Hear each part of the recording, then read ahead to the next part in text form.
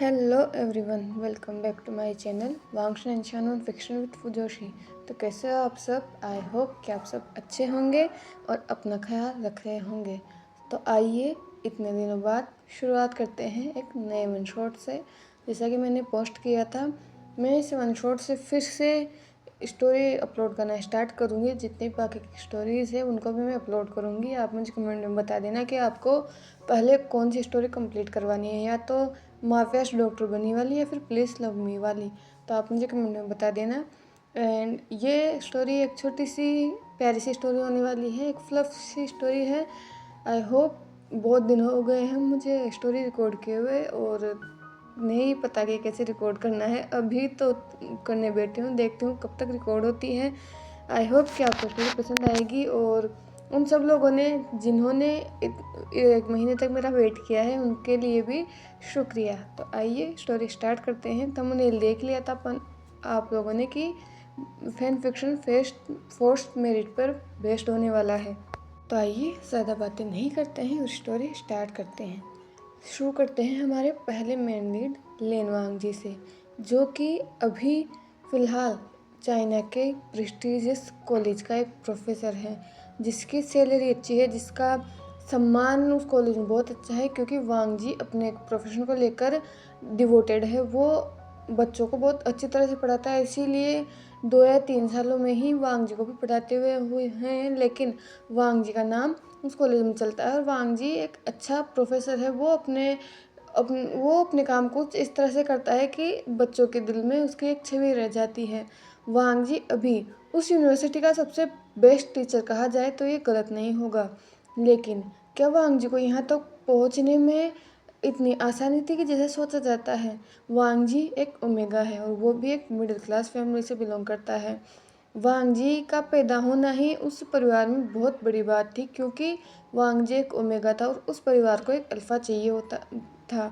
क्योंकि वांग जी के जो पेरेंट्स थे उनकी सोच थी कि अगर एक अल्फ़ा होगा तो वो इस घर को कमा कर दे सकेगा, अगर एक अल्फ़ा होगा तो वो इस घर को आगे बढ़ा सकेगा, उनके खर्चे उठा सकेगा। इसीलिए कभी किसी ने वांग जी पर ध्यान नहीं दिया। वांग जी के और मदर और फादर दोनों एक मिडिल क्लास फैमिली से बिलोंग करते थे। वांग जी के फादर एक ऑफिस में काम किया करते थे, जिससे उन्हें इतनी ही सैलरी मिलती थी कि वो अपने घर का खर्चा चला सके। वहीं दूसरी तरफ रही वांग जी मदर की बात, तो वो वैसे तो पढ़ी लिखी थी, लेकिन उन्हें एक ओमेगा होने के साथ उन्हें भी यही सिखाया गया था कि उन्हें दूसरे के घर में जाना है और बस हाउस वाइफ बनकर रहना है। तो वांग जी की मदर एक हाउस वाइफ थी। पहले जब वांग जी ग्रैंड पेरेंट्स थे तो घर में कमाने वाले लोग 2 थे। एक तो थे वांग जी के फादर और दूसरे वांग जी के ग्रैंडफादर। दोनों की कमाई से वो घर चल जाता था। वांग जी जब पैदा हुआ था तब उसके फादर उसे देखने तक नहीं आए थे, ये सुनकर कि एक ओमेगा बेटा पैदा हुआ है। उन्हें ओमेगा बिल्कुल नहीं चाहिए था, उन्हें एक अल्फ़ा बेटा चाहिए था, ताकि आगे जाकर वो अल्फ़ा उन्हें कमा कर दे सके, उनके पास रह सके, उनकी सेवा कर सके। ओमेगा का क्या है, ओमेगा तो जब तक शादी नहीं हो जाती उसकी तब तक उनके घर में खाएगा और फिर दूसरे घर में चला जाएगा। तो उनकी सोच ही कुछ ऐसी थी। लेकिन वांग जी के जो ग्रैंड पेरेंट्स थे वो ऐसे नहीं थे। उन्होंने वांग जी को प्यार दिया था, लेकिन वो जो पल थे वांग जी के अपने ग्रैंड पेरेंट्स के साथ वो कुछ ज़्यादा रहे नहीं थे, क्योंकि कुछ ही दिनों में जो वांग जी की जो ग्रैंड मदर थी, जो उसकी दादी थी, उसकी तबीयत खराब रहने लगी थी। इसीलिए जो वांग जी के दादाजी जो भी कुछ कमा कर लाते थे वो उनकी दादी के ट्रीटमेंट में खर्च हो जाया करता था।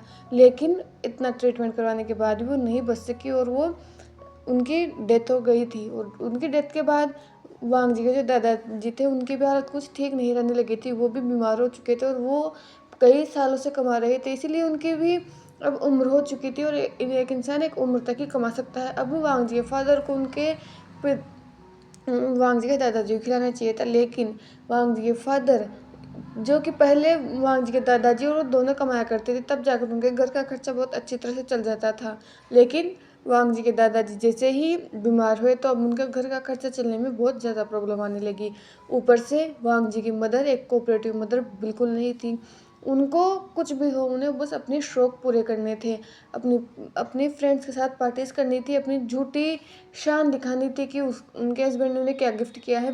बल्कि वांग जी के फादर ऐसे थे ही नहीं। वांग जी के पापा कभी भी उसकी माँ के साथ कुछ अच्छे से बिहेव नहीं किया करते थे, उन लोगों के बीच बहुत झगड़ा हुआ करता था। ये झगड़े जब तक वांग जी के दादा दादी जिंदा थे तब तक कम थे, लेकिन जैसे ही वांग जी के दादा दादी की मौत हुई, दादी के जाने के बाद कुछ सालों बाद ही दादाजी की मौत हो चुकी थी। उसके बाद वांग जी घर में अकेला रह चुका था, क्योंकि ना तो उसकी माँ को उसकी फिक्र थी, ना ही उसके फादर को उसकी फिक्र थी। उसके फादर तो एक मेगा बेटा चाहते ही नहीं थे। उन्हें दोबारा कोशिश की, लेकिन डॉक्टर्स ने वांग जी की मदर को मना कर दिया था कि वो सेकंड प्रेगनेंसी के लिए तैयार है ही नहीं।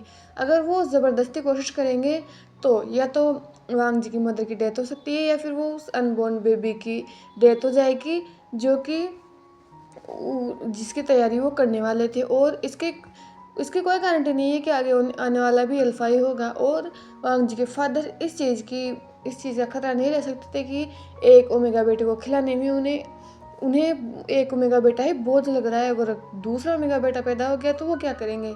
इसीलिए उन्होंने दोबारा कोशिश नहीं की। और वांग जी के ओमेगा होने की वजह से भी उस घर में बहुत ज़्यादा क्लेश हुआ करता था। वांग जी के फादर बस वांग जी को ताने दिया करते थे कि अगर वांग जी की जगह कोई अल्फा होता तो वो कम उम्र में ही कमाने जा सकता था, उनका एक और हाथ हो जाता, बस खाने के लिए मुंह है और कमाने के लिए सिर्फ एक ही पर्सन है। और वांग जी की माँ को भी अपने पूरे शौक पूरे करने होते थे। उन्होंने भी वांग जी पर कभी ध्यान नहीं दिया। वांग जी को सिर्फ हाई स्कूल तक पढ़ने की इजाज़त थी, जो कि उनके घर के पास ही थी, और उस पर भी बहुत सारी रुकावटें थी, जैसे कि एक मिडिल क्लास ओमेगा के ऊपर होती है। अगर वो स्कूल जा रहा है तो उसे सिर्फ स्कूल ही जाना है, कोई भी अल्फ़ा दोस्त बनाने की उसे कोशिश भी नहीं करनी है। और अगर उसके फादर को पता चला कि उसका कोई अल्फ़ा दोस्त है, वांग जी किसी अल्फ़ा से बात तक करता है, तो वांग जी की पढ़ाई बंद करवा दी जाएगी। वांग जी शुरू से एक ब्राइट चाइल्ड था, पढ़ाई में वो बहुत अच्छा था। और बचपन से ही वांग जी ने जो अपना घर का माहौल देखा था, उसने एक बात कंफर्म कर ली थी कि वो कुछ भी कर लेगा, लेकिन वो अपनी ज़िंदगी में शादी कभी नहीं करेगा। क्योंकि वांग जी की फैमिली उसके फादर और ग्रैंड मदर के जाने के बाद टॉक्सिक हो चुकी थी। झगड़ा उनके घर में आम बात हो चुकी थी। उसके मदर को पैसे चाहिए होते थे और उसके फादर के पास खर्चे के लिए पैसे नहीं होते थे, तो वो चिल्लाया करते थे, यहाँ तक कि वो उसकी मदर पर हाथ बुटा दिया करते थे। लेकिन इससे जैसे वांग जी की माँ को फ़र्क नहीं पड़ता था, वो मार खा लेगी लेकिन उन्हें अपने पैसे चाहिए होते थे। और चिल्लाना, सामान तोड़ना, एक दूसरे को गाली निकालना, ये जो था वांग जी की लाइफ में बचपन से ही चल रहा था। वांग जी धीरे धीरे वांग जी ने खुद को बंद कर लिया। वांग जी अपने पेरेंट्स से कभी खुला ही नहीं, उसने कभी उनसे बात करने की कोशिश नहीं की, या फिर कोशिश की जब वो छोटा था तब उसने कोशिश की, लेकिन उसे रिस्पॉन्स मिला ही नहीं। और पेरेंट्स की तरह वांग जी के भी सपने थे जब वो स्कूल जाए तो उसके पेरेंट्स का वेट करे, लेकिन ऐसा कुछ नहीं हुआ। यहाँ तक कि अगर वांग जी स्कूल से वापस भी आता था तो लिटिल वांग जी को उसकी माँ खाना तक नहीं देती थी। वांग जी को उस 4 या 5 साल की उम्र के वांग जी को खुद अपना खाना लेना पड़ता था, खाना पड़ता था। उसकी माँ बस खाना बना देती थी, और वो भी जब वो उनका मूड होता था, अगर वो ज़्यादा ही गुस्से में होती थी तो वो उस दिन उस घर में खाना तक नहीं बनता था। वांग जी के फादर बाहर से क्या करा जाते थे, वांग जी खा रहा है या नहीं खा रहा, इससे उस घर में उन दोनों को कोई फ़र्क नहीं पड़ता था। उन्हें बस ऐसा लगता था कि अगर उन्हें बस एक वांग जैसे ही 18 साल का हो गया, या फिर 18 का भी नहीं होगा, 16 या 17 का होगा, तब भी वो किसी अल्फा को देखकर जो कि वांग जी का अच्छा दाम देखा, उसी से वांग जी की शादी करवा देंगे। लेकिन वांग जी बस शादी नहीं करना चाहता था। वांग जी अपनी लाइफ में सब कुछ कर लेगा, लेकिन शादी नहीं करना चाहता था। इसीलिए वांग जी ने पढ़ाई की। वांग जी जब हाई स्कूल में था तो एक एग्ज़ाम लगा था, और उस एग्ज़ाम में चाइना की सबसे बेस्ट यूनिवर्सिटी में स्कॉलरशिप मिलनी थी। इसीलिए वांग जी ने एग्ज़ाम दिया और उसमें पास भी हुआ। लेकिन क्या वांग जी के लिए उस यूनिवर्सिटी में जाना आसान था? वांग जी के लिए ये चीज़ बिल्कुल भी आसान नहीं थी, क्योंकि उसके फादर ने साफ मना कर दिया था कि वांग जी अब आगे नहीं पढ़ेगा। वांग जी को जितना पढ़ना था वो पढ़ चुका है, अब वो सिर्फ घर में रहेगा और घर के काम सीखेगा, क्योंकि कुछ ही दिनों में उसकी शादी कर दी जाएगी। 14 साल के वांग जी ने अपने फादर से बहुत रिक्वेस्ट की कि उसे आगे पढ़ना है। फादर ने बहुत बार मना किया, लेकिन वांग जी हाथ पर हाथ धरकर नहीं बैठा, और इसको लेकर वांग जी के घर में और ज़्यादा झगड़े होने लगे। यहाँ तक कि वांग जी की मदर और फादर उस पर हाथ तक उठाया करते थे कि वांग जी को आगे पढ़ने की ज़रूरत नहीं है। वांग जी पढ़ना क्यों चाहता है? क्या वांग जी का किसी अल्फा के साथ चक्कर चल रहा है? क्या वांग जी ने कॉलेज में या फिर स्कूल में कुछ अपने बॉयफ्रेंड या कुछ भी बना रखा है कि वांग जी कुछ भी ऐसा करने लगा है कि वो बाहर जाना चाहता है, वो किसी और दूसरे मुर्गा की तरह घर में क्यों नहीं बैठना चाहता। इस पर बहुत ज़्यादा बातें होती थी, वांग जी को बहुत बातें सुननी पड़ती थी। वो फादर जिसने पैदा होने के साथ उसे देखा तक नहीं था, अब रोज आते ही वांग जी को उसके सामने जाना पड़ता था, क्योंकि वांग जी को स्कॉलरशिप के लिए पैसे चाहिए थे कुछ। वो जो कॉलेज था वो दूसरी सिटी में था, तो वांग जी को वहाँ जाने के लिए रोम में रहने के लिए कुछ पैसे चाहिए थे, जो कि उसके फादर उसे दे सकते थे।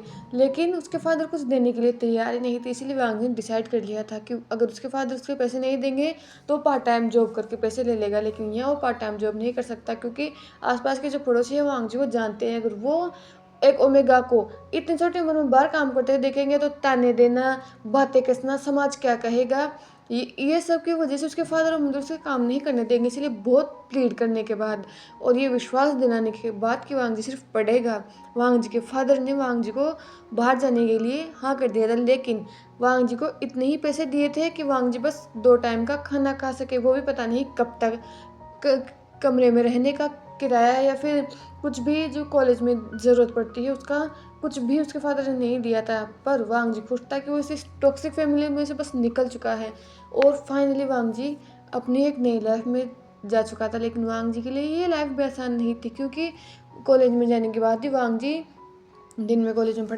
पढ़ा करता था, उसके साथ ही उसे पार्ट टाइम जॉब्स भी करनी पड़ती थी। लेकिन वांग जी खुश था, वो खुद कमा रहा था, अपना जितना भी खर्चा था वो खुद उठा रहा था और उस इन्वायरमेंट से दूर था जो वांग जी को अंदर ही अंदर डिप्रेस किए जा रहा था। अब वांग जी के पास नया इन्वायरमेंट था, कुछ कम ही सही लेकिन कुछ अच्छे दोस्त थे जिनके साथ वांग जी बात कर लिया करता था। वैसे तो वांग जी का इंट्रोवर्ट पर्सन था, लेकिन कुछ थे जो वांग जी से बात कर लिया करते थे और वांग जी इतने में ही खुश था। टाइम बीता और फाइनली वांग जी आज यहाँ था और वांग जी जैसे ही प्रोफेसर बना, इतनी बड़ी यूनिवर्सिटी में जैसे ही प्रोफेसर बना, उसके जो मदर और फादर थे उसका फोकस अब फिर से उसके ऊपर हो चुका था। पहले तो उन्हें फ़र्क पड़ ही नहीं रहा था कि वांग जी क्या पढ़ रहा है, क्यों पढ़ रहा है, क्या कर रहा है, कौन सा एग्ज़ाम्स दे रहे हैं, उससे उन्हें कुछ फ़र्क पड़ ही नहीं रहा था।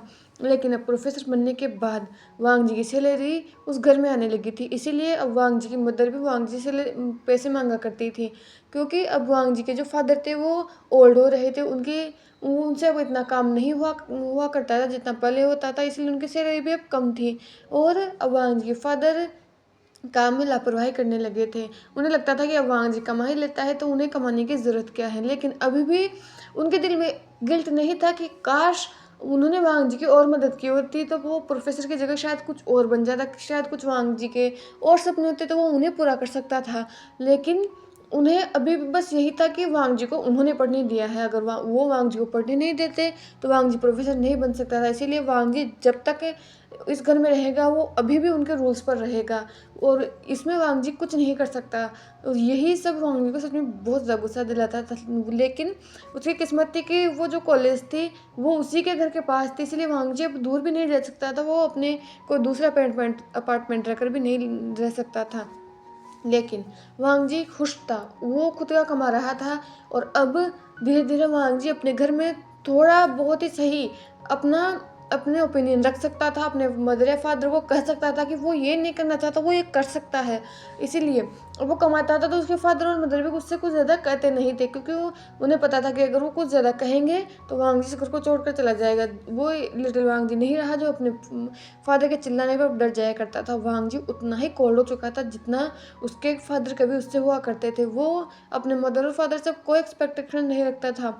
वो सुबह उठता था, अपना काम खुद करता था अपने उस छोटे से कमरे में, जो कि उसके मदर और फादर ने उसे दिया था। उनका घर कुछ ज़्यादा बड़ा नहीं था, वो एक मिडिल क्लास फैमिली से बिलोंग करते थे।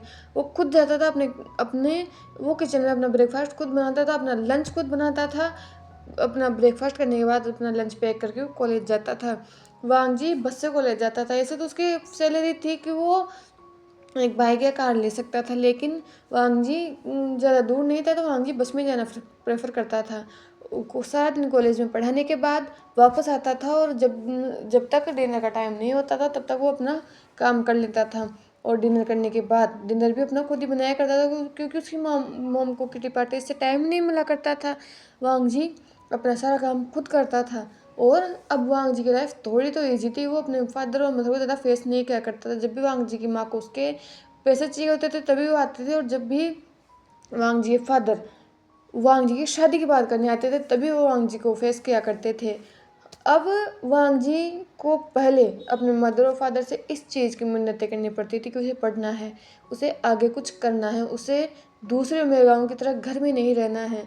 और ये बात उसने कई बार अपनी माँ को समझाने की कोशिश की है। उसकी माँ एक वेल एजुकेटेड लेडी है, लेकिन उन्हें बस बचपन से ये सिखाया गया है कि वो एक ओमेगा है। उन्हें दूसरों के घर में जाकर कितना ही पढ़ ले, करना तो खाना ही बनाना है, उस घर के झाड़ू पोछे ही करने हैं और बच्चों से संभालने हैं, जो उसका अल्फा कहेगा वो करना है। तो उनकी जो मेंटलिटी थी वो ऐसी ही हो चुकी थी, और जो उनके घर वालों ने उन्हें सिखाया था वो अब वो वांग जी को सिखाना चाहते थे कि वांग जी भी एक ओमेगा है, उसे अपनी हद में रहना चाहिए।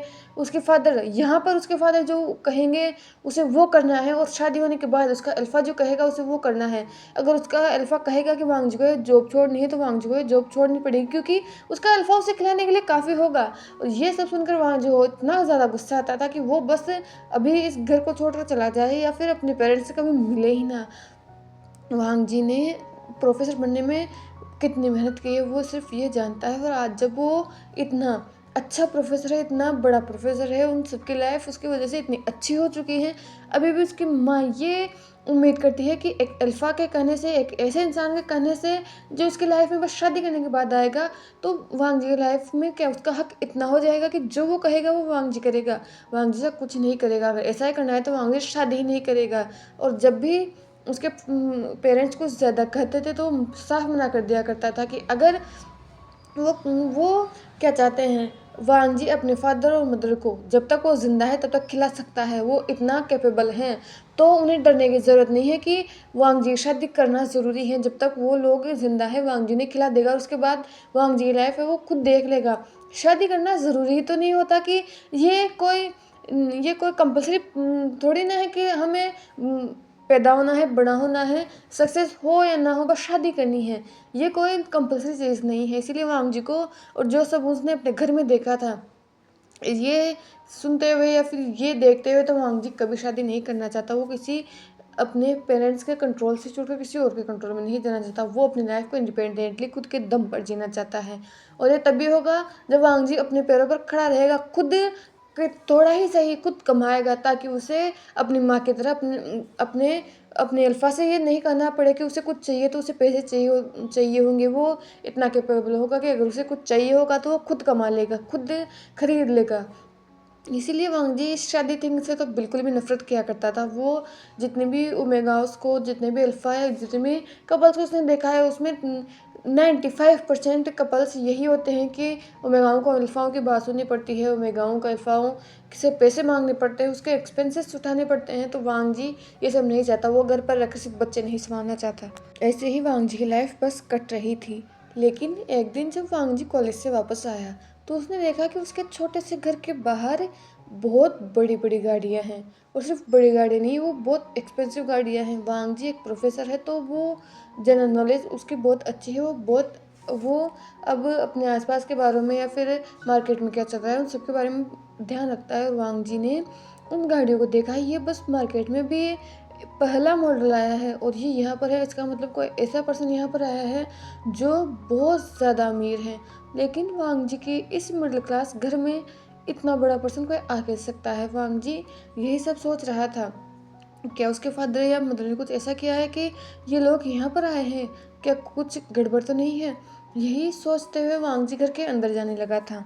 वांग जी जैसे ही घर के अंदर गया तो उसने देखा कि उनके लिविंग रूम में सोफे पर बहुत सारे लोग बैठे हुए हैं। उसके पेरेंट्स एक सोफे पर बैठे हुए हैं और हंसते हुए बातें कर रहे हैं। वहीं उनके सामने दो लोग हैं, उनमें से एक औरत थी और एक आदमी था जो कि अपने मिड-50s में थे, और वो दोनों ही एक अल्फा और एक ओमेगा लग रहा था। उनके पास ही एक अल्फा और एक ओमेगा एंड एक लेडी ओमेगा और एक मेल ओमेगा बैठे हुए थे। वांग ने जब ये देखा तो समझ में नहीं आया, और सबसे ज़्यादा शौक उसे लगा कि उन सबके सामने जो सोफे पर जो टेबल रखी हुई थी उस पर गिफ्ट्स रखे हुए थे, वो भी बहुत एक्सपेंसिव वाले। वांग ने जब ये देखा तो समझ में नहीं आया कि यहाँ पर हो क्या रहा है। और वांग जी धीरे धीरे अंदर आने लगा। जैसे ही वांग जी को उसकी मदर ने देखा तो तुरंत खड़ी हो गई और वांग जी के पास जाकर बोली, वांग जी थैंक गॉड कि तुम आ गए। और वांग जी की मदर को ऐसे उठकर यहाँ पर आते हुए देखकर वो जो लोग वहाँ पर बैठे हुए थे उन्होंने भी वांग जी की तरफ देखा। और उन्होंने थोड़ी देर तक देखने के बाद वांग जी की मदर ने वांग जी की तरफ देखते हुए कहा, लंजा ऊपर जाओ और मैंने तुम्हारे बेड पर ड्रेस रखी है, उसको पहनकर नीचे आओ अभी के अभी, ये लोग तुम्हें देखने आए हैं। और ये सुनकर वांग जी की आंखें बड़ी हो गई। उसने अपनी माँ की तरफ देखते हुए कहा, माँ मैंने आपसे कहा था कि मुझे शादी नहीं करनी, तो फिर ये सब। लेकिन तभी उसकी माँ ने कहा, मुझे तुम्हारी कोई बकवास नहीं सुननी है, तुम जानते भी हो कि ये लोग कौन हैं, चुपचाप जाओ और जो ऊपर कपड़े रखे हैं उन्हें पहनकर नीचे आओ, हम ये सब बातें करेंगे। ये बोलकर उन्होंने लिटरली वांग जी को धक्का देकर अपने रूम में भेज दिया। लेकिन कुछ ऐसे जिससे वो जो लोग वहाँ बैठे हैं उन्हें awkward नहीं लगे, या फिर ऐसा नहीं लगा कि उन्होंने वांग जी के साथ ज़बरदस्ती की है। और वांग जी अभी भी घूर कर अपने पेरेंट्स की तरफ देख रहा था। लेकिन उसके बाद वो अंदर जा चुका था और अगले 15 मिनट में ही वांग जी तैयार होकर आ चुका था। वांग जी ने एक white shirt, white coat and white pant पहन रखी थी, फुल वो एक वाइट स्टाइल में था। और वांग जी ने भी अपने बालों को सुखा लिया था। वांग जी के जो बाल थे वो थोड़े लॉन्ग थे। वांग जी के बाल उसके नेक को कवर कर लेते थे और बहुत ही सिल्की बाल थे वांग जी के, तो उसके वो आंखों के आगे आते रहते थे। लेकिन अभी वांग जी ने उनको बन में कन्वर्ट कर रखा था, हाफ पोनीटेल बना रखी थी। वांग जी धीरे धीरे वहाँ पर आ चुका था। उसने उन लोगों की ग्रीट किया और ये देखकर वो जो लेडी थी जो कि अपनी 50s में थी, उसने मुस्कुराते हुए कहा, ओह तो तुम आ गए बेबी, यहाँ कर बैठो। ये बोलकर उसने उस अल्फार अपने बीच में जगह कर दी। वांग जी ने अपने पेरेंट्स की तरफ देखा जिन्होंने वांग जी की तरफ बस घूर कर देखते हुए नोट किया। फिर से वो ज़बरदस्ती मुस्कुराने लगे। वांग जी जाकर उन दोनों के बीच में बैठ गया। मेरी दूसरी तरफ वो जो एक लेडी थी जो कि 20 से 21 साल की होगी, वो भी वहीं पर बैठी हुई थी। उसने वांग जी की तरफ देखते हुए कहा, मोम आशान की पसंद सच में बहुत अच्छी है, कितना ब्यूटीफुल है और ये कितना सुंदर लग रहा है। ये सुनकर मिसेस उस लेडी ने कहा, तुमने सही कहा है यानली, ये कितना ब्यूटीफुल है। मुझे नहीं लगा था कि उस बन्नी को इन सब में भी इंटरेस्ट होगा, लेकिन उसने कितने ब्यूटीफुल पर्सन को पसंद किया है। मैं तो बहुत खुश हूँ एंड मैं तो अभी के भी से रिश्ता मंजूर करती हूँ। ये सुनकर वांग जी की आंखें बड़ी हो गई और उसने अपने पेरेंट्स की तरफ देखा। वही दूसरी तरफ उसके पेरेंट्स तो जैसे क्लाउड 9 पर थे। उन्होंने मुस्कुराते हुए कहा, ओह हमें खुशी हुई कि आपको वांग जी पसंद आया। अगर आपको रिश्ता मंजूर है तो हमें भी कोई प्रॉब्लम नहीं है। वैसे भी हम वांग जी की शादी के लिए लड़के देख ही रहे थे, और अगर आप चाहते हैं कि आपका बेटा वांग जी की शादी करना चाहता है तो हमें कोई प्रॉब्लम नहीं है। हम इस शादी के लिए तैयार हैं, आप हमें बस डेट बता दीजिए और हम ये शादी करवा देंगे। ये सुनकर वांग जी मना करना चाहता था, वो अभी उठना चाहता था, लेकिन उसके फादर ने वो अभी अपने पेरेंट्स की जो उन्होंने जो बात रखी है वो उससे यहाँ पर किसी की भी बेइज्जती नहीं करवाना चाहता था। और कौन आशियान वो किसको पसंद आ गया। उसने उसके फादर क्या कह रहे हैं, उसने लाख बार मना किया है वो शादी नहीं करनी, फिर भी उसके पेरेंट्स आकर उससे चाहते क्या हैं। वो अभी शांत रहा क्योंकि ये कुछ अच्छे एजुकेट नहीं रहते कि किसी दूसरे के सामने वांग जी ऐसे भी चिल्लाए। वैसे भी वांग जी ऐसा पर्सन नहीं है, वो एक शांत पर्सन है। और ये वांग जी के पास जो लोग बैठे हुए थे वो भी अच्छे लग रहे थे, वो वांग जी से प्यार से बात कर रहे थे, ना कि उसके पेरेंट्स की तरफ। वांग जी को वो जो बात कर रहे थे उनमें कुछ भी ऐसा नहीं लग रहा था कि वो ज़बरदस्ती कर रहे हो या सिर्फ वो शुगर कोटिंग बातें कर रहे हो, बस डायबिटीज़ करने वाली बातें कर रहे हो। वो जैसे जेनुअनली बातें कर रहे थे। वो लेडी जिसका नाम यानली था वो भी बहुत अच्छी तरह से बातें कर रही थी वांग जी के साथ, और वांग जी को एक वार्मथ फील आ रही थी। इसलिए वांग जी उन लोगों को कुछ कह नहीं पाया। बहुत देर तक वहाँ पर बैठने के बाद उस लेडी ने कहा, तो मिस्टर लेन, मुझे आपका ओमेगा बहुत पसंद है एंड मुझे आपके ओमेगा के बदले में कुछ नहीं चाहिए, मुझे बस आपका ओमेगा चाहिए। वैसे भी मेरे बेटे को आपका बेटा बहुत ज़्यादा पसंद है और वो जल्द से जल्द शादी करना चाहता है। तो अगले कुछ दिनों में जब भी ठीक डेट निकलेगी तो मैं आपको फ़ोन कर दूँगी। आई होप कि आपको उससे कोई प्रॉब्लम नहीं होगी। जैसे ही मिसेस वी ने ये कहा तो मिस्टर ले ने तुरंत कहा, नहीं नहीं मिसेस वी, हमें क्यों कुछ प्रॉब्लम होगी, आपको जब भी सही लगे आप बस हमें कॉल कर देना और डेट फिक्स करके हमें बता देना, हम उस दिन शादी करवा देंगे। और वैसे भी हमारा वांग जी बहुत शाई है, बातें कम करता है। ये बोलकर उन्होंने वांग जी की तरफ देखा जिसकी नज़रें अभी भी अपने हाथों में थी। वो अपने गुस्से को कंट्रोल किए हुए था। ये सुनकर मिसेस वी ने बस नोट किया। उसके बाद फिर से सभी लोगों ने वांग जी से बातें की और वो जो गिफ्ट वो लेकर आए थे, 4 लोग आए थे, तो चारों अपने अपने अलग गिफ्ट लेकर आए थे। और सिर्फ इतना ही नहीं बल्कि एक और गिफ्ट था जो कि वो लोग लेकर आए थे और उन्होंने वांग जी को दिया था। उसके बाद वो लोग वहाँ से जा चुके थे। जैसे ही वो लोग वहाँ से गए, वांग जी ने उन सभी गिफ्ट्स को सोफे पर रखा और तुरंत अपने पेरेंट्स के सामने खड़े होते हुए कहा, माँ बाबा, मैंने आपसे कितनी बार कहा था कि मुझे शादी नहीं करनी है, तो ये सब क्या है? आप बिना मुझसे पूछे मेरी शादी कैसे तय कर सकते हो? ये सुनकर मिस्टर ले ने वांग जी की तरफ देखते हुए कहा, चिल्लाने की ज़रूरत नहीं है, तुम जानते भी हो कि ये लोग कौन हैं? ये सुनकर वांग जी ने कन्फ्यूजन में अपने फादर की तरफ देखा। तुमने विभूषण का नाम सुना है? चाइना का टॉप नंबर 1 बिजनेसमैन। तुमने वी फैमिली का नाम सुना है, जिनका जो बिजनेस है वो पीढ़ियों से चला आ रहा है। वो चाइना की सबसे रिचेस्ट फैमिली है और उनके बेटे ने तुम्हें पसंद किया है, तो तुम तो शुक्र मनाओ कि इस मिडिल क्लास फैमिली में से उन्होंने तुम्हें पसंद किया है, नहीं तो उनके पास क्या ओमेगाओं की कमी थी। तुम खुश रहोगे वहाँ पर, समझ में आया तुम्हें? और वो इतने बड़े लोग हैं, वो ज़िंदगी भर हमें भी खुश रख पाएंगे। तो मुझे तुम्हारी और कोई बकवास नहीं सुननी है, समझ में आया तुम्हें? शादी से पहले अगर तुमने कुछ ऐसा किया कि इससे हमारे रेपुटेशन पर दाग लगा, तो तुम मेरा मरा मुँह देखोगे, या तो मैं खुद को मार लूँगा या फिर मैं तुम्हें मार दूँगा। समझ में आया तुम्हें? चुपचाप तुम इस शादी के लिए हाँ करोगे। ये सुनकर वांग जी ने अपने फादर की तरफ देखा और आज पहली बार वांग जी टूटा था। वांग जी ने अपने फादर की नफरत को झेला था, उसके फादर के तानों को झेला था, मार को झेला था, लेकिन वांग जी टूटा नहीं था। लेकिन आज सच में वांग जी टूट चुका था। वो वांग जी जो पहले ही पत्थर था, वो और ज़्यादा पत्थर हो चुका था। वो अपनी माँ की तरफ देखकर कही क्या, उसकी माँ भी यही चाहती है और उसे बहुत अच्छी तरह से पता है कि इस शादी का ख्याल किसके मन में पहले आया होगा। इसीलिए वांग जी ने आर्ग्यू किया ही नहीं और वहाँ से बस जा चुका था। लेकिन जैसे ही वो जाने वाला था, उन गिफ्ट्स में थे, जब वांग जी ने उन गिफ्ट्स को रखा था, तो उनमें से फ़ोन की रिंग करने की आवाज़ सुनाई दी। वांग ने जब ये देखा तो उसने उनकी तरफ देखा, लेकिन वांग जी इतने गुस्से में था कि उसने उन गिफ्ट्स पर ध्यान ही नहीं दिया और वो बस अपने रूम में चला गया। फिर क्या था, जैसे ही वी फैमिली अपने घर पर पहुंची थी, अगले 1 हफ्ते में ही लेन फैमिली के पास ये कॉल आ गया था कि अगले 3 दिन में शादी हो जानी चाहिए, एंगेजमेंट, और शादी वो साथ ही करने वाले थे। और ये सुनकर तो वांग जी से और ज़्यादा टूट गया था, लेकिन उसने अपने पेरेंट्स से बात करना बंद कर दिया था। वी फैमिली ने वांग जी को शॉपिंग पर ले जाने के लिए कहा था, लेकिन वांग जी ने अपने पेरेंट्स से मना कर दिया था। उसने अपने पेरेंट्स से बात ही नहीं की थी। उसकी माँ आई थी उसके पास ये करने के लिए कि वी फैमिली चाहती है कि वांग जी उनके साथ जाकर मेरी सूट डिसाइड करे, लेकिन वांग जी ने इस पर कोई जवाब नहीं दिया था और वो बस अपने कॉलेज चला गया था। तो ना चाहते हुए भी मिसिस वी लेन को मिसिस वी को कॉल करके करना पड़ा था कि वांग जी भी थोड़ा सा बिजी है, इसीलिए वो शॉपिंग पर नहीं आ पाएगा। और अगर वो शॉपिंग करना चाहते हैं तो वो यहीं पर भिजवा सकते हैं। और मिसिस वी ने भी कुछ नहीं कहा था। उसके बाद क्या था, शादी का दिन आ चुका था और वांग जी अपने बस रूम में खड़ा हुआ था।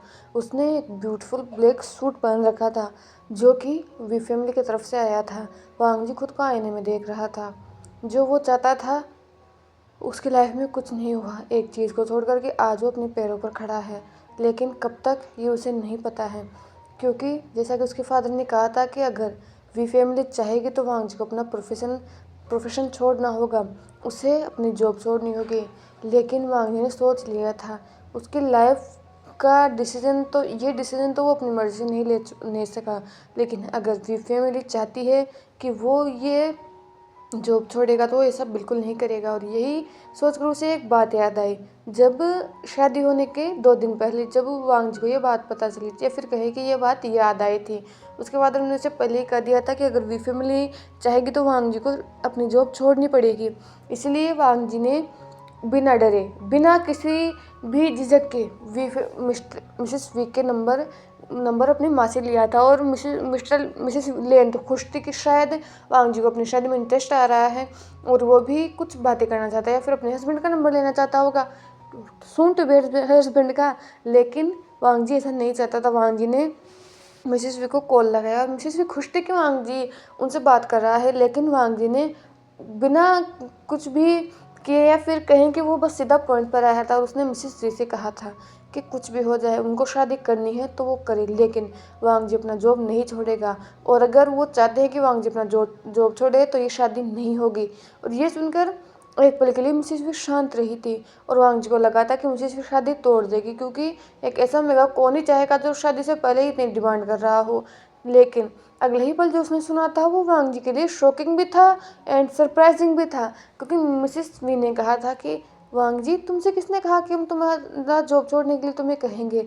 तुम्हें अब कुछ भी छोड़ने की ज़रूरत नहीं है। तुम जैसे हो तुम वैसे यहाँ पर आओगे और तुम जैसा चाहते हो तुम वैसे यहाँ पर रह सकते हो। तुम्हारे ऊपर कोई रोक टोक नहीं लगाई जाएगी। और वैसे भी एक ओमेगा अगर तुम अपना प्रोफेशन करना चाहते हो, एक ओमेगा अगर तुम खुद इंडिपेंडेंट होना चाहते हो, तो इससे बड़ी बात तो और हो ही क्या सकती है। हमें इससे इस चीज़ से कोई प्रॉब्लम नहीं है कि तुम जॉब करोगे। और ये सुनकर तो वांग जी जैसे खुश था। उसे जो लग रहा था, जो वी फैमिली के बारे में उसने गलतफहमियां पाल देखी थी, जैसे उस दिन वो क्लियर हो चुकी थी। चलिए वांग जी को यही ठीक लग रहा था कि हाँ वो अपना जॉब तो कर सकेगा, और वैसे भी उसके पास कोई और तरह था ही नहीं, वो शादी के लिए मना नहीं कर सकता था। वांग जी यही सब सोच रहा था, लेकिन तभी उसका रूम का डोर ओपन हुआ और उसकी मां अंदर आए। और वांग जी ने फाइनली आज एक हफ्ते के बाद अपनी माँ की तरफ देखा। उसकी माँ जो वांग जी को देख रही थी, वांग जी का सूट बहुत ज़्यादा एक्सपेंसिव था, और ये देखकर तो उसकी माँ की आंखों में जैसे तारे लग रहे थे, उसकी आंखें चमक गई थी, क्योंकि गिफ्ट सिर्फ वांग जी के लिए नहीं आए थे, वी फैमिली से गिफ्ट उस फैमिली के लिए भी आए थे। इसलिए वांग जी की मदर ने भी एक बहुत ही ब्यूटीफुल और एक्सपेंसिव गाउन पहन रखा था। ऐसा लग ही नहीं रहा था कि वांग जी मदर अपने बेटे की शादी करवा रहे हैं। ऐसा लग रहा है जैसे वांग जी की मदर किसी पार्टी में जा रही हैं, और वो इतनी ज़्यादा खुश है कि पूछो मत। उन्हें वांग जी के जाने का कोई दुख है ही नहीं। वांग जी की मदर अंदर आए, उन्होंने वांग जी की तरफ देखते हुए कहा, ओह तो तुम तैयार हो गए, मैं तुम्हें बुलाने आई थी। वांग जी तुम सच में बहुत ब्यूटीफुल लग रहे हो। ये सुनकर वांग जी ने अपनी माँ की तरफ देखते हुए कहा, माँ, क्या मेरे जन्म के बाद क्या आपने कभी भी मेरे साथ बैठकर टाइम बिताने की कोशिश की है? ये सुनकर वांग जी की मदर अपनी जगह पर ही स्टैंड थी। फिर से वांग जी ने कंटिन्यू करते हुए कहा, माँ, क्या आपने कोशिश की है कि आप मुझे समझें? क्या आपने कोशिश की है कि आप मेरे सपनों को पूरा करने में मेरी मदद करें? आपको बचपन से ये सिखाया गया कि एक ओमेगा होना कर्ज की तरह होता है। इस सोसाइटी में सिर्फ अल्फाओं को रिस्पेक्ट मिलती है। ओमेगाओं को तो बस दूसरों के घर जाना होता है, वो कितना ही कुछ कर ले, उन्हें बस अल्फाओं की बातों को मानना होगा। दूसरे घर जाना होगा तो उन्हें उस घर की बातें माननी होगी। लेकिन क्या आपने कभी सोचा है कि जो कुछ आपके साथ हुआ था, अगर आप चाहती तो वो मेरे साथ नहीं होने दे सकती थी। अगर आप चाहती तो आप मेरी मदद करती, और आज जिस जगह पर मैं खुद स्ट्रगल कर कर हूँ, शायद आज मैं कह सकता था कि मेरी माँ ने मेरी मदद की थी, और इन सब का क्रेडिट मैं आपको दे पाता। लेकिन आपके पेरेंट्स ने जो आपके साथ किया, आपने वही मेरे साथ किया। अगर आप चाहती तो इस प्रथा को तोड़ सकती थी। आप चाहती तो आप खुद काम कर सकती थी, क्योंकि जब से मैंने दादा और दादी को जाना था, मैं था छोटा, लेकिन उन्होंने कभी भी आपके कमाने पर या आपको कुछ नहीं कहा। अगर आप चाहती तो आप जॉब कर सकती थी, आप वेल एजुकेटेड थी, लेकिन आपके दिमाग में बस वो था कि एक ओमेगा घर के काम के लिए होती हैं। आपने ना तो खुद आप कभी आगे बढ़े और ना ही आप चाहते थे कि मैं आगे बढ़ूँ। अगर मैंने इतनी हिम्मत ना दिखाई होती तो शायद आज की जगह मैं कितने सालों पहले ही किसी घर में जा चुका होता, और आज मेरी हालत भी आपकी तरह होती। क्या आपने इस बारे में कभी सोचा है कि आप अपने बेटे के पास बैठे, अपनी उन्हें झूठी शान वाली पार्टियों को छोड़कर कभी आप मेरे पास बैठे और मेरी बातें सुने कि मुझे कैसा लगता है जब भी मैं आपको और बाबा को इसे झगड़ा करते हुए देखता हूँ? मुझे कैसा लगता है जब दूसरों की माएँ उन्हें स्कूल्स लेने आती थी और आप बस उस टाइम पार्टी में बिजी रहती थी? माँ, मुझे तो ये भी नहीं पता कि आपको मैं इस शब्द से पुकारूं भी या नहीं। माँ होती हैं जो अपने बच्चों की हर चीज़ का ध्यान रखती है, लेकिन आपने कभी मेरा ध्यान नहीं रखा। आपके लिए मेरे सपने कुछ नहीं थे, आपके लिए बस अपनी फैंटेसीज, अपने सपने थे। आपने मुझे ये कहते हुए बहुत दुख हो रहा है कि आपने मेरे लिए कुछ नहीं किया, लेकिन मैं खुश हूँ कि मैं आप लोगों से अब दूर जा रहा हूँ। और मुझसे ये उम्मीद मत करना कि मैं जिस तरह से वी फैमिली ने आपको अभी ये गिफ्ट दिए हैं, मैं आपको उस घर के पैसे यहाँ पर ला कर दूँगा, क्योंकि मैं बहुत अच्छी तरह से जानता हूँ आप दोनों के इंटेंशंस क्या थे। अगर मैं इतना कर सकता हूँ कि जो भी मैं कमाऊँगा वो मैं आपको दे सकता हूँ, लेकिन दूसरों के पैसे मैं यहाँ पर लाऊंगा नहीं। और आप इस बात को अच्छी तरह से समझ लीजिए माँ, आज के बाद शायद ही आप मुझे कभी कॉल करेंगी, क्योंकि आप जब मैं यहाँ था तब आपको मुझसे बात करने का टाइम नहीं मिलता था। तब तो मैं इतनी दूर चला जाऊँगा तो आपको क्या ही टाइम मिलेगा। ओह वैसे आपका टाइम हो रहा होगा ना, आपके 20 को ज़रूरतों की टाइम, असल में टाइम हो रहा होगा, आपका सो कॉल्ड दामाद मेरा इंतज़ार कर रहा होगा। तो चलिए चलते हैं। ये बोलकर वांग जी की आंखों में जो आंसू आ रहे थे, वांग जी ने पूछ लिया और उसका जो फेस था वो वैसा का वैसा ही कोल्ड हो गया। और मिसिस भी अपनी जगह पर बस स्टंड खड़ी हुई थी। और वांग जी उनको क्रॉस करते हुए आगे निकल गया। वो गेट पर जाकर रुका, क्योंकि मिसिस लेन अभी भी उसके पास नहीं आई थी। वांग जी ने अपनी माँ की तरफ देखते हुए कहा, माँ क्या अब आपको लेट नहीं हो रहा? ये सुनकर मिसिस लेन ने वांग जी की तरफ देखा और पहली बार जैसे उन्हें अपनी लाइफ अपनी आंखों के सामने दिख रही थी। वांग ने जो कुछ भी किया, पहली बार मिसेस लेन ने इस बारे में सोचा था, लेकिन अब बहुत ज़्यादा देर हो चुकी थी। वो अपने बेटे की नज़रों में गिर चुकी थी। वो अपने बेटे की नज़रों में उनकी कोई रिस्पेक्ट नहीं थी, कोई प्यार नहीं था। मिसेस लेन अपने कांपते हुए कदमों और हाथों के साथ वांग जी के पास आए और उन वांग जी के हाथ को पकड़कर वो असल में ले गई। फिर क्या था, शादी शुरू हो चुकी थी। लेकिन इस पूरी शादी में वांग जी ने एक बार के लिए भी अपने हस्बैंड की तरफ नहीं देखा था, अपनी अल्फा की तरफ नहीं देखा था। उसने अपनी नज़रों को उठाकर कहीं नहीं देखा था। उसकी नज़र बस ज़मीन पर फिक्स थी। वहाँ पर बहुत ज़्यादा क्राउड था, और हो भी क्यों ना, आखिर शादी 20 की थी, चाइना से रिचेस्ट फैमिली की शादी थी, तो बहुत सारे लोग थे, बिजनेस पार्टनर्स थे, यहाँ तक कि कुछ सेलिब्रिटीज़ भी थे एंड रिपोर्टर्स थे। वांग जी कभी भी इतने क्राउड में नहीं रहा। वांग जी एक इंट्रोवर्ट शांत पर्सन है, तो आज उसके लिए सब अनकंफर्टेबल उसे लग रहा था। रिपोर्टर्स का सवाल पूछना, फ़ोटोज़ खींचना, जिसकी चमक, जिसका फ्लैश वांग जी की आंखों में आ रहा था। इसलिए वांग जी बस खुद को थोड़ा छोटा महसूस कर रहा था और वांग जी को नहीं अच्छा लग रहा था। वांग जी बस इस क्राउड से निकलना चाहता है। वो बस एक शांत जगह पर जाना चाहता है। वो वांग जी का मन अभी ऐसा कर रहा है कि वो चिल्लाए, वो इतने ज़ोर से चिल्लाए, इन सबको कह दे कि उसे ये सब नहीं चाहिए, वो बस अकेला रहना चाहता है। काश वो ऐसा कर पाता, लेकिन वो ऐसा नहीं कर सकता। वो ऐसा सोच रहा था, लेकिन तभी उसे अपने हाथ पर किसी का एक warm and big hand feel हुआ। लेकिन वांग जी ने अपनी नज़रों को उठाकर सामने नहीं देखा। उसे हैंड ने वांग जी का हाथ को स्क्वीज़ किया, जैसे वो वांग जी को श्योर कर रहा हो कि बस थोड़ी देर की बात हो रही है और वांग जी यहाँ से निकल जाएगा।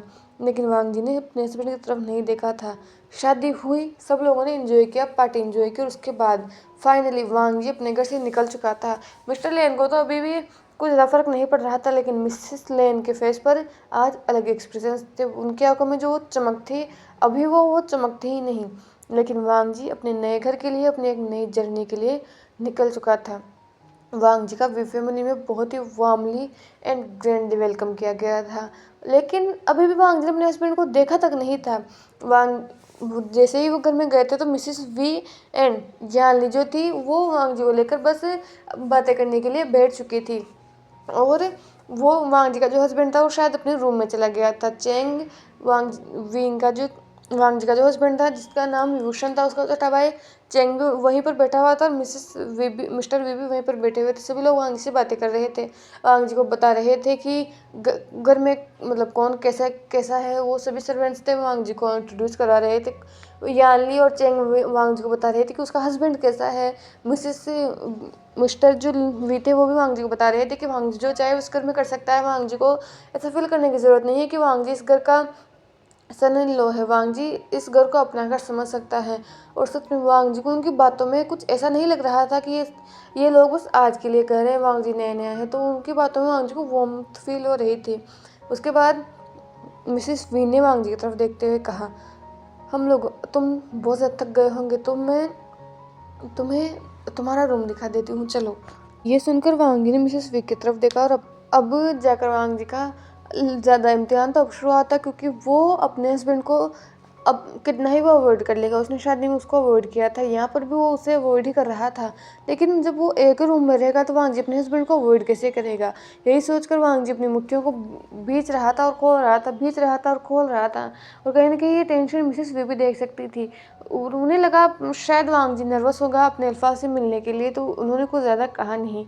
लेकिन धीरे धीरे मिसिस वी जो वांग जी को अपने रूम में ले गई, और उन्होंने वांग जी को गुड नाइट बोलकर वो वहाँ से जा चुकी थी और वांग जी उस रूम की तरफ देख रहा था। वांग जी शुरू से एक छोटे रूम में रहा था, लेकिन ये रूम बहुत ज़्यादा बड़ा था। इस रूम का जो डेकोरेट था वो ब्लैक था और रूम पूरा ही ऐसा लग रहा था जैसे डोमिनेंस बोल रहा हो या फिर अमीरी उस रूम से ही झलक रही थी। और ये देखकर वांग जी बस उस रूम को देख ही रहा था। तभी उसे किसी के गला साफ करने की आवाज़ सुनाई देती है और वांग जैसे ही आवाज़ सुनता है वो बस अपनी जगह पर स्टिफ हो जाता है। लेकिन फिर धीरे धीरे वो घूमता है और देखता है तो सामने उसका हस्बैंड खड़ा हुआ था, जिसको उसने आज से पहले कभी नहीं देखा। फर्स्ट टाइम था जब वांग जी विभूषण को देख रहा था। आखिर वो चाहता था, जब उसे पता चला था कि उसकी शादी विभूषण से हो रही है तो वो पता लगा सकता था। आखिर विंग इतना बड़ा नाम है तो उसे पता चल ही जाता, लेकिन उसे कोई इंटरेस्ट था ही नहीं।